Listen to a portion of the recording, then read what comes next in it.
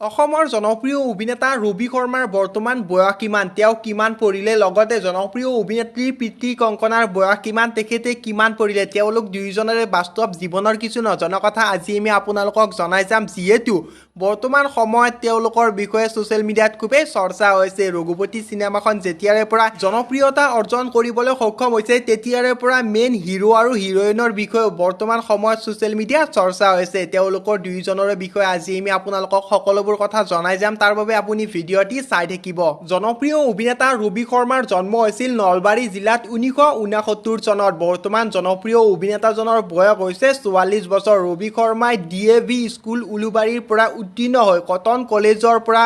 উচ্চতৰ মাধ্যমিকত উত্তীৰ্ণ হৈ আৰিয়া বিদ্যাপীঠ কলেজৰ পৰা গ্ৰেজুৱেশ্যন কমপ্লিট কৰে জনপ্ৰিয় অভিনেতা ৰবি শৰ্মাৰ হাইট হৈছে 5 ফিট 10 ইঞ্চি লগতে তেখেতৰ সম্পূৰ্ণ ৱেট হৈছে 78 কেজি এপ্ৰক্স অলপতে মুক্তি পোৱা শ্ৰী ৰঘুপতি ছবিখনত তেখেতে 10 কৰোৰতকৈ অধিক টকা উপাৰ্জন কৰিবলৈ সক্ষম হৈছে তাৰ বাবে আপুনি এটা লাইক কৰি দিব লগতে এইবাৰ আমি আপোনালোকক জনাবলৈ ওলাইছো জনপ্ৰিয় অভিনেত্ৰী প্ৰীতি কংকনাৰ বিষয়ে